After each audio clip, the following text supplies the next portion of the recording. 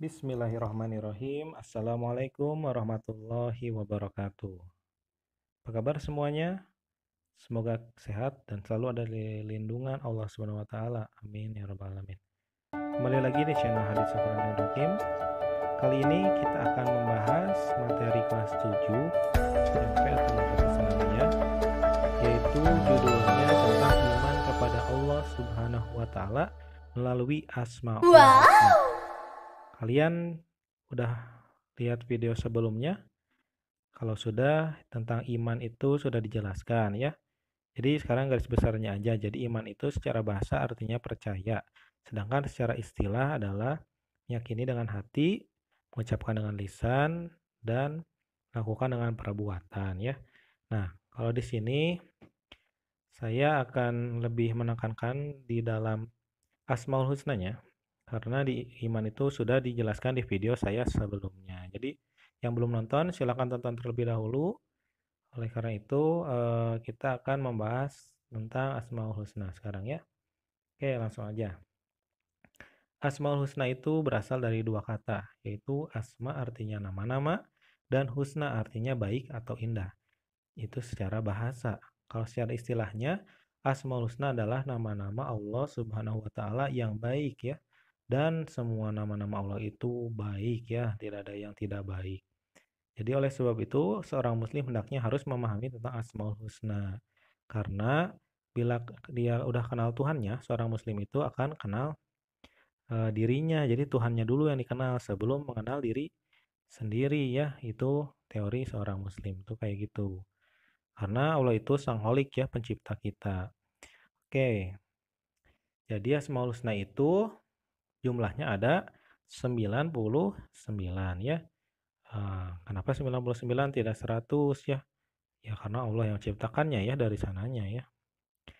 Nah, di dalam hadis riwayat Bukhari dan Muslim dari Abu Hurairah bahwasanya Rasulullah Shallallahu alaihi wasallam bersabda, kalau misalkan sesungguhnya Allah Subhanahu wa taala mempunyai 99 nama atau 100 kurang satu dan kita misalkan menghafalnya, insya Allah masuk surga. Tapi di sini bukan hanya menghafalnya saja ya, tapi lebih ke mengamalkannya ya.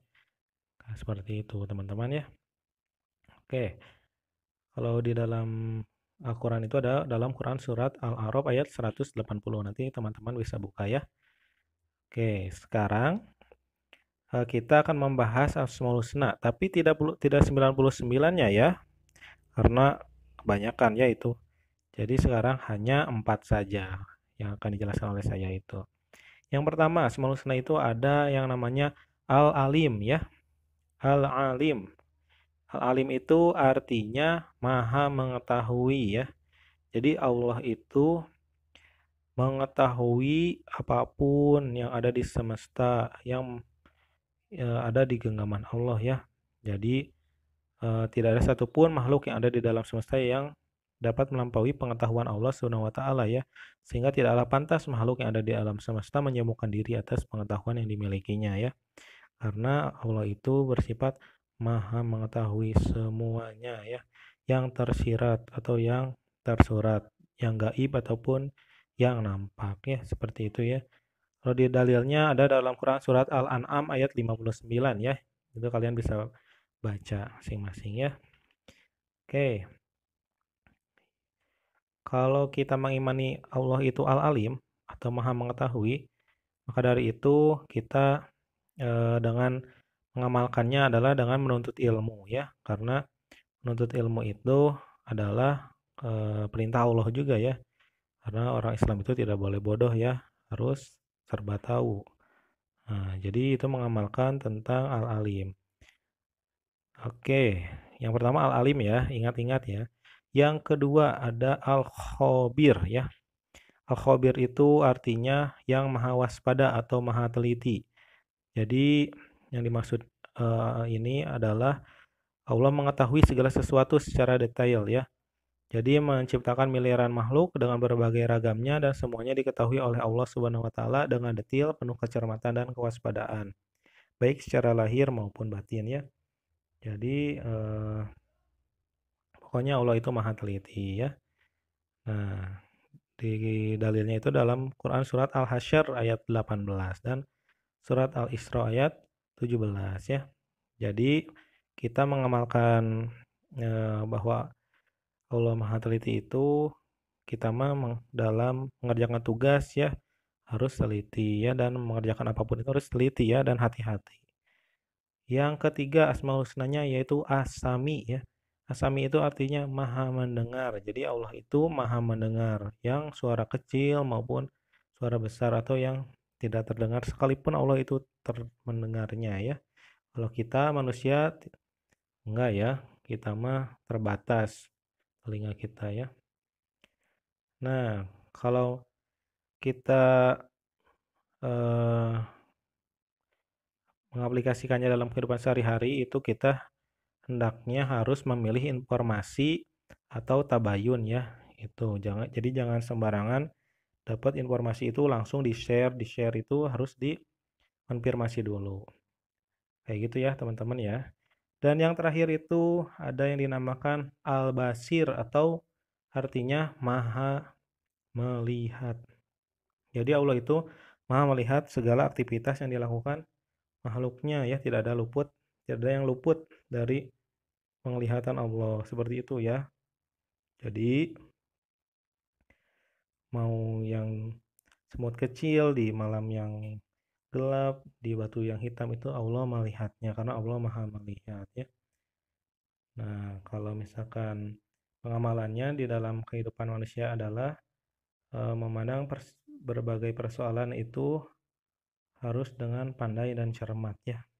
Seperti itu. Jadi umat Islam harus mampu membaca diri sendiri atau mengoreksi diri sendiri dengan baik ya. Kalau dalil Allah itu Al-Basir yaitu di dalam Quran surat Al-Isra ayat 96 dan Quran surat Fatir ayat 31 ya. Jadi kalian bisa baca secara mandiri ya. Kalau tadi As-Sami itu dalam Quran surat Al-Mujadilah ayat 1 dan Al-Baqarah ayat 256. Oke, sekarang kita bahas tentang hikmah beriman kepada Allah Subhanahu wa taala itu apa sih gitu ya. Jadi setelah kita beriman kepada Allah Subhanahu wa taala itu akan ada manfaatnya. Jadi manfaatnya itu yang pertama adalah terhindar dari golongan orang-orang yang merugi. Karena di dalam Quran surat Al-Asr ayat 1 sampai 3 semua itu manusia dalam kerugian ya, kecuali orang-orang yang beriman dan mengerjakan kebajikan serta menasihati untuk kebenaran dan saling menasihati untuk kesabaran ya.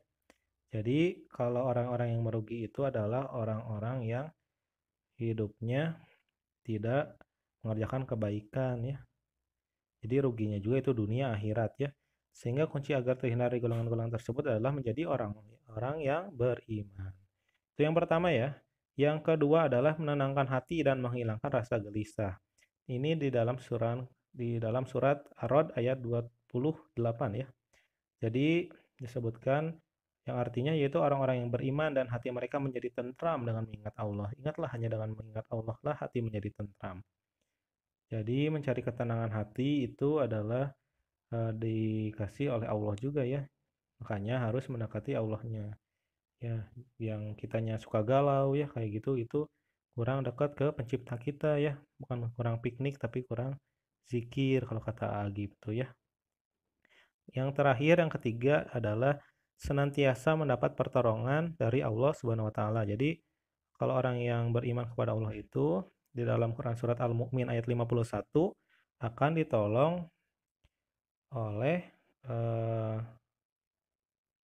jadi rasul-rasul kami dan orang-orang yang beriman dalam kehidupan dunia dan pada hari berdirinya saksi-saksi hari kiamat itu akan ditolong ya. Karena Allah itu akan menolong orang-orang yang beriman nanti di hari akhir ya. Bahkan jangan di hari akhir saja ya, di dalam kehidupan di dunia juga Allah akan menolong orang-orang yang beriman ya. Jadi intinya kita harus beriman kepada Allah Subhanahu wa taala itu dengan sebenar-benarnya iman ya. Jadi harus percaya Allah itu eh, maha maha mengetahui, maha waspada, terus maha mendengar, maha melihat. Seperti itu ya, teman-teman ya. Oke, bila ada yang ingin ditanyakan, kalian bisa ketik di kolom komentar. Bila bermanfaat, silakan share ke teman-teman kalian yang lain, kepada keluarga, kepada saudara, ya, pada teman, atau kepada siapapun ya, bisa men-share video ini. Terima kasih sudah mengikuti dari awal. Eh, Dicukupkan sekian saja. Tutup dengan doa. Rabbana atina fid dunya hasanah wa fil akhirati hasanah wa qina adzabannar. Assalamualaikum warahmatullahi wabarakatuh.